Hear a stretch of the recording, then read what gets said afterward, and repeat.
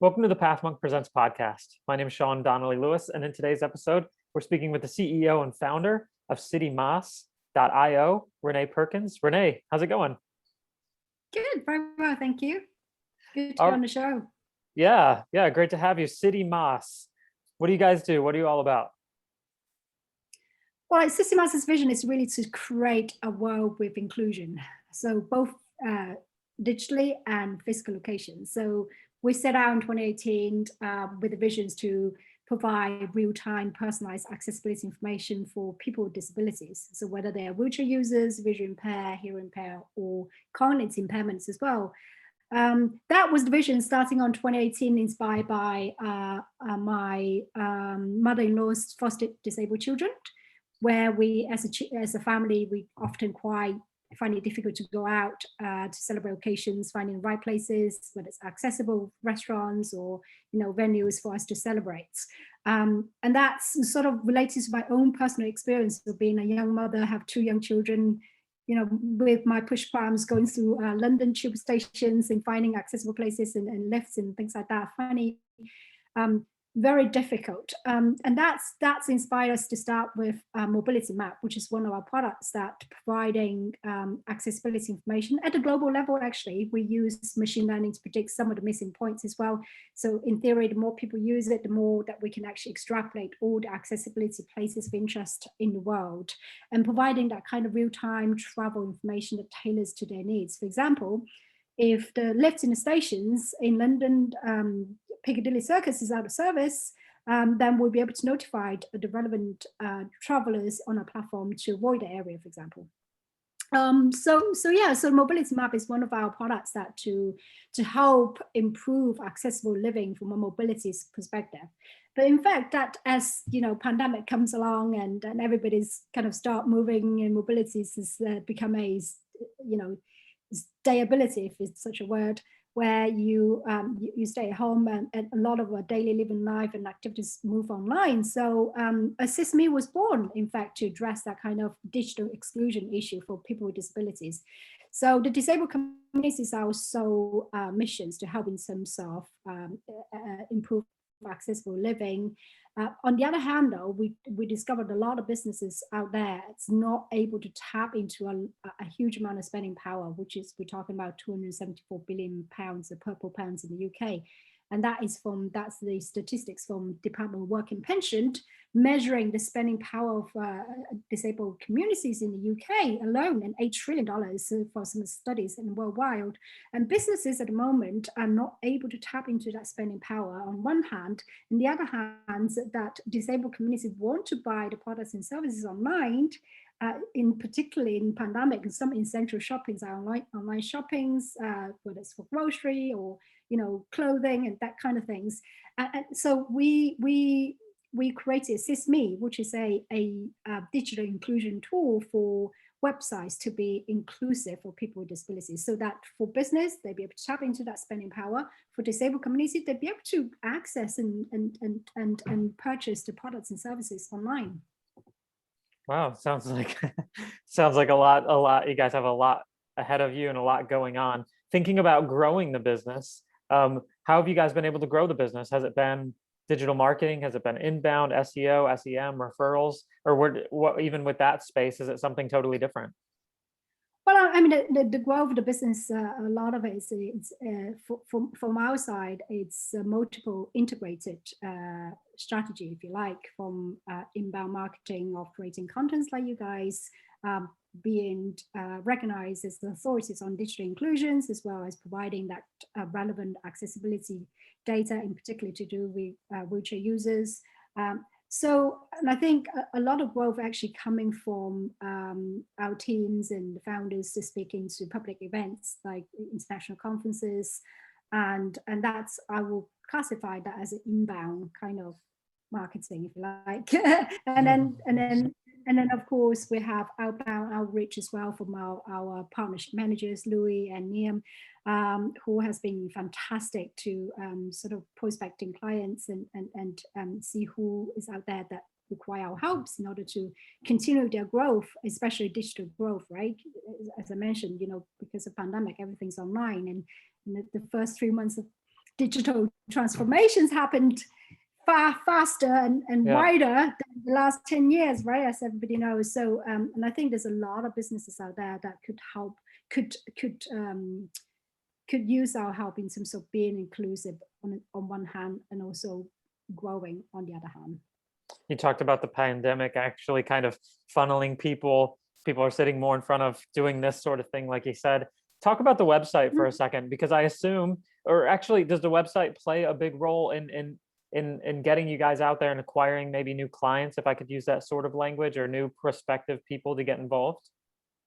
Absolutely. And I think when I mentioned about the integrated marketing sales strategy is where the inbound marketing actually coming through our websites by just having access to the talks and shows that we've been on, and we have not actually so far done any paid marketing campaigns, which is amazing considering the growth that we have. It's from people that watch the show, come in to our website, outreach. We have organization like PwC India, outreach CityMaaS, and to want to work with us in some multiple projects. And we have the ex-head of Accenture MD from Asia outreaches and say, hey, can we use your products to help some of our clients? So and I think the sort of growth journey is really interesting, and there's a various different. So far, our growth are organic. So if you like, more kind of inbound growth, and also within CityMaaS ecosystem, we have lucky enough to be supported by a lot of really solid organizations like Social Tech Trust, which is a funder for social tech, social good ventures. We have Microsoft backing us, providing a lot of resources, and then we went through their accelerator of AI for Good, which is a fantastic program. We have Department of International Trade from the UK that trying to introduce us to various different markets overseas, including India, China, and Australia. So I think there's a lot of programs and organizations like Department for Transports in the UK, as well as the European Commissions. The programs that we've been through have been a huge amount of business development side of things, if you like. They make a lot of introductions and make a lot of connections and open a lot of doors for us. Very cool. And looking at the website, looks great. Check it out, CityMaaS, MAAS.io. And thinking of the website, usually when I have people on the show, they talk about the great things that are going on, but we like to also get in the nitty gritty. If you were able to improve the website a little bit, where do you feel like the room for improvement could be? Would it be the ability to convert? Would it be the quality of leads? Would it be the user experience? Which one of those three do you feel like if we changed that could open up a new door for us? I think the ability to convert on the website on its own, it will be fascinating, and it's something that we look into improve for sure. But again, think back to the websites. First of all, the website needs to be usable for everybody before we're thinking about conversion, because we believe that digital inclusion is a huge agenda, and it should be on the top of every leaders and on top of every government's heads and department heads. They should be making every website inclusive first, making every website usable for everybody, right, before conversion. If it's not usable, let alone the user journeys we're talking about, that's the beginning. Mm-hmm. And then user journey conversion. So yeah. I would say that if we can actually make every single website usable by using our technology, that's the starting point. But to really improve our website, I think conversion, it's a dynamic concept, isn't it? Conversion, because there's many elements of it, and then there's a lot of elements that we cannot control, if you like, right. The weather, the circumstances that the individual customers in front of your website is doing, the mood and the kind of emotion, sentiments, and the circumstances they're in right when they're at your website. So all of these elements are different controls. So I think conversion is the ultimate goal for every single business, for sure. And the way that it's conversion on its own, it depends on individual kind of businesses as well.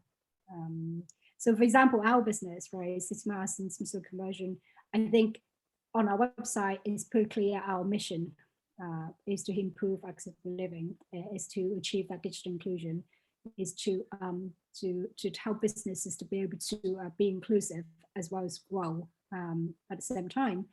Then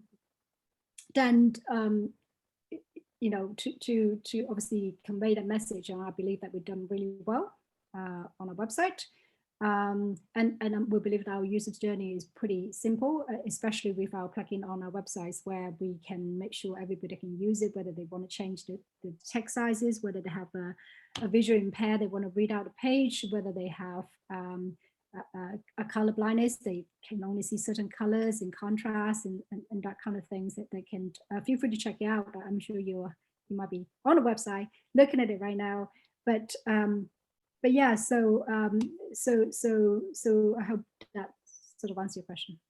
Yeah, I was on the website. It looks great. I want to play with those tools now. So coming back to you guys though, and what you guys do, the service you guys offer, what would you say separates you guys? What do you guys do just a little bit differently than other people that occupy the same space? Or is there, I don't know anything about it, is there other people that occupy this space? If so, what do you guys do just a little bit differently? I think our unique selling point is personalization, and also our market reach in the UK and Europe. So that's where we're based. We're based in London, but I think our technology combines online and offline aspects of it. Really makes us unique. There's nobody out there is doing what we're doing, combining. When you think about divisions to improve accessible living, is really to take a holistic point of view, right? There's many different solutions to tackle various different pain points and aspects of it. For us, what we find ourselves unique is really to think about from the product conceptions and designs and research. In fact, we've done 1.5 year research before we even think about product ideations and product developments and testings and what have you. So once we've done really solid research with charities, national charities like Leonard Cheshire and universities like Brunel universities and professors and PhD students that we've been working with, then really identify pinpoints to move on to our product developments. And then what we believe our unique selling points now contagious is our domain expertise around that. So every single employees and team members within the company either personally have disabilities themselves, or they have friends and family have disabilities. So we completely understand, relate pain points, and when we actually come to work, and there's a lot of there's a lot of pride, and there's a lot of happiness, if you like, within the company and doing what we do. And what we're saying is the unique selling points is actually done a whole lot of research, really identify what is it we'll do. Not that we're thinking to just develop a product out there and that's it, but we're thinking about in a holistic point of view where we can actually deliver all the way to the point of delivery, the point of entries of the actually end users using our product, the disabled community. Hence, the Assist Me was born to really communicate, to really enable that interaction, the personalized interactions between the disabled communities and our products and services, and then I think that that's what makes us unique, and that what makes us stay afloat, if you like. Yeah, it sounds like what you guys are doing is really honestly amazing. Just thinking about, I just want to pick your brain for a second. You're a CEO, founded a company. When it comes to, I just like to get CEOs, people on the shows there, get to see how they view the world, how they view business, how they view things. So when I say a word like innovation, what would you say is the biggest challenge to a growing company with something when it comes to when you hear the word innovation? What do you think is the biggest challenge? Well, I think innovation itself is a challenge, right? What is innovation? uh, what is innovation?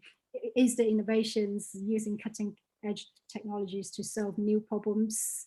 Is it a completely new technologies to solve existing problems? And I think, let alone that questions, innovation to grow an innovative company, the challenges I can see is, first of all, education, awareness, right? Like, people aware there's technologies out there that will be able to help solving a matter. Um, and sorry, my oven is going off. Uh, and yeah, so I think innovations, first of all, is to educate, what kind of technologies out there, you know, kind of demonstrates how the technologies can solve that particular problem, and how well can they solve that particular problem, right? And I think growing innovative companies have no difference from growing a company like a traditional company, whether it's manufacturer, etc. You have this kind of whole normal business processes that you have. You have the sales, you have the lead gens, you have to put, all of these things, and then you have your operations, you have your productions, and etc. But what is more challenging for innovative companies is the front bit, is the education bit, is the awareness bit, is the breaking down the perceptions, breaking down the understanding or not understanding of what this technology is trying to do. And I think that broke down to really clear messaging and the sort of a good narratives to explain what it does in a layman's terms. Yeah, that's really interesting. Thinking about it actually being innovation being more coming out of necessity rather than just wanting to innovate for innovation's sake, right? Like, just really interesting. Thinking about you as a leader, I just want to switch gears here for a second. What kind of content do you consume to help educate yourself and grow as a person and as a professional? What kind of contents? That's really interesting. I'm actually a very selective reader. What that means is that, if I feel like I'm in deficiency in certain area and I need that for my role or for even for my personal life, and I will of course go and do my research and start sort of filtering out credible sources of contents to consume. So so for me, I'm very selective in terms of what I read, what kind of contents that comes into my attention. And I generally like to outreach. I generally like to take, as in like, I want to learn about this topic, then I go about read about it. I don't just generally search news and research, to sort of generally leisure reading, sort of that kind of information's online. So that's me. Not a podcast person, not a any other ways you consume information? No, I mean, podcast is one of the, the top. When I say research information, that's including podcasts and Okay. kind of things. It's not just the article that I'm reading or informations or paper I'm reading. But yeah, so it's for me to find out a topic that if it's relevant to me. So for example, right, I'm really pushing and growing the team at the moment, and I really want on my game in terms of what is the sales process and what process can be automated and what process can be, capture easily in a more efficient way, for example. And that's when I actually go and searching whether it's a podcast for sales process or paper has been written down. What is the best way of doing things? Since we're slowly coming to the end of the interview, I just want to jump into our rapid fire questions. So they're short and sweet, but I do like honesty. I value honesty. So as long as you're honest with the question, it's going to be a great time. You ready? Go for it. Okay, selective reading, you said. So what was the last book that you read? Actually, it was a book that I got sent by the author. It's A Boy with Two Hearts. It's about a story about immigration, a serial immigrants. escaping, the situations back home, moving to the UK, and lost his brother, and the whole kind of journeys of his mum being a feminist back home, and and the whole kind of NHS help with his brother with his heart conditions. So it was a great story to read, and inspiration. What is the single thing that your company is focused on at the moment the most? Growth. If there were no boundaries in technology, what would be the one thing you would want to have fixed for your company today? Sorry, there's no boundary for the technology. What's the question? If there were no boundaries at all in technology, what would be the one thing you want to have fixed for your company today? You click your finger, everything's done. I mean, that's just an analogy to efficiency, I think. And I think anything can help improve what we're currently doing faster and bigger, and in a scalable way. And that's what I like. If you were to start your professional career over again, what would be the one piece of advice you give yourself? That's a very good question. I would say start your entrepreneurial journey a bit earlier, before you have kids. It's tough balancing the sort of family life, especially taking care of two young kids while you are trying to grow a company. It's challenging, it's tough, but yeah, I'm sure it's beautiful as well. Kids are great. Yeah. Yeah. Rene, thank you so much for being on the show. You can check out all their work at CityMaaS.io.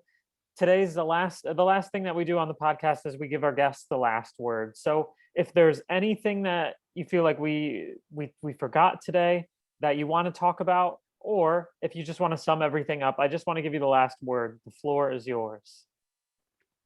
Thank you. Well, I guess I really just want to give a shout out and say thank you for having me on the show, but also would like to shout out to all the businesses out there, and would like to encourage them to think about digital inclusion. Would like to encourage them to really think the amount of business opportunities that they're currently missing if they're not being digitally inclusive to everybody. So we're talking about 14 million people, disabled people in the UK, right? And 15% is 1 billion people in the world.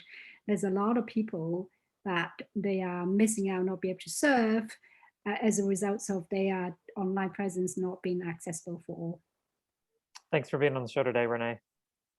Thank you.